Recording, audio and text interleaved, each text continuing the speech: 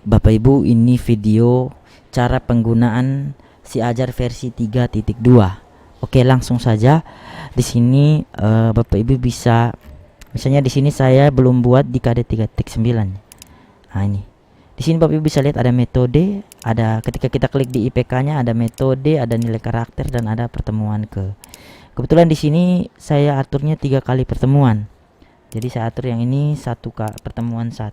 Metode yang saya gunakan adalah tanya jawab. Nah, nilai karakter yang saya ambil di sini misalnya secara cermat. Kalau sudah, klik simpan. Begitupun juga dengan yang ini.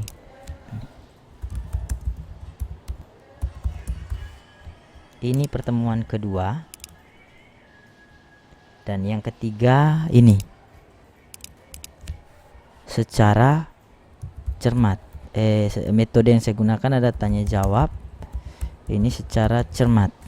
Ini pertemuan ketiga. Oke, untuk keterampilannya juga sama. Di sini saya menggunakan metode demonstrasi.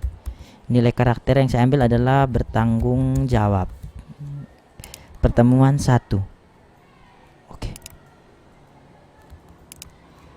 Oke. Yang ini juga sama.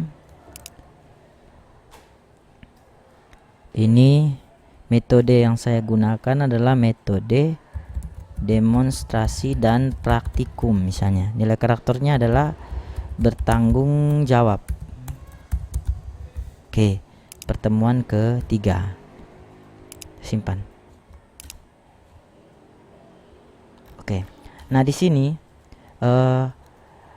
tujuan pembelajarannya masih yang lama. Nah, di sini supaya dia bisa mengupdate ke yang baru, Bapak Ibu bisa klik saja di tujuan ini, lalu Bapak Ibu bisa kosongkan. Kosongkan saja tujuannya, lalu klik simpan. Kalau misalnya dia belum berubah, klik lagi. Karena mungkin itu internetnya mungkin bermasalah. Klik, lalu simpan. Nah, ini. Maka dia langsung mengupdate seperti ini. Jadi Bapak Ibu yang tadi isu melalui tanya jawab peserta didik, jadi ada metode yang digunakan dan ada nilai karakternya. Begitupun sampai di bagian bawahnya. Ya, itu cara untuk pembuatan tujuan pembelajaran. Kemudian di sini Bapak Ibu lihat di sini untuk RPP-nya kita harus isi di sini. Supaya RPP-nya bisa jadi kita harus buat model pembelajarannya. Di sini kita pakai model pembelajaran. Misal saya pakai problem based learning. Nah, kalau sudah seperti ini saya klik simpan. Nah, untuk buat RPP-nya, Bapak Ibu bisa klik di perangkat pembelajaran lalu di RPP, lalu pilih di KD tadi yang tadi. Di sini kan masih kosong nih.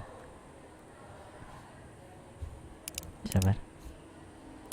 Untuk silabus genap. Nah, ini 3.9 ya. Nah, ini saya belum buat dia punya ini. Ini klik di sini saja. Saya pakai problem based learning lalu klik simpan. Nah, ini.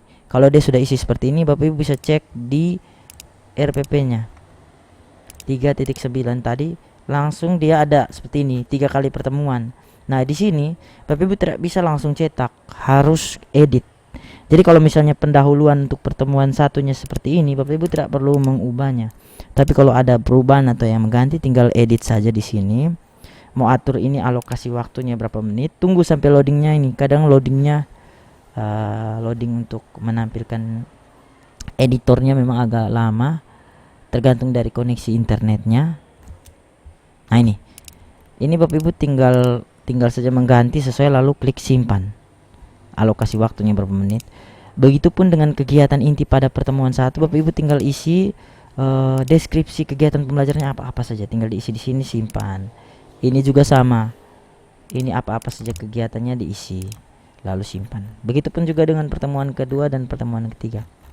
Jika Bapak Ibu sudah mengisi semua, ketika kita cetak langsung dia jadi seperti ini.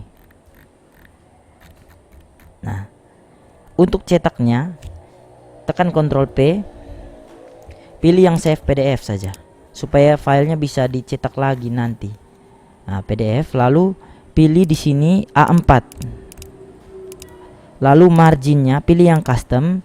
Kalau misalnya dia menggunakan inci dengan tanda petik seperti ini, Bapak Ibu bisa ganti dengan ukuran dengan 1 semua ya.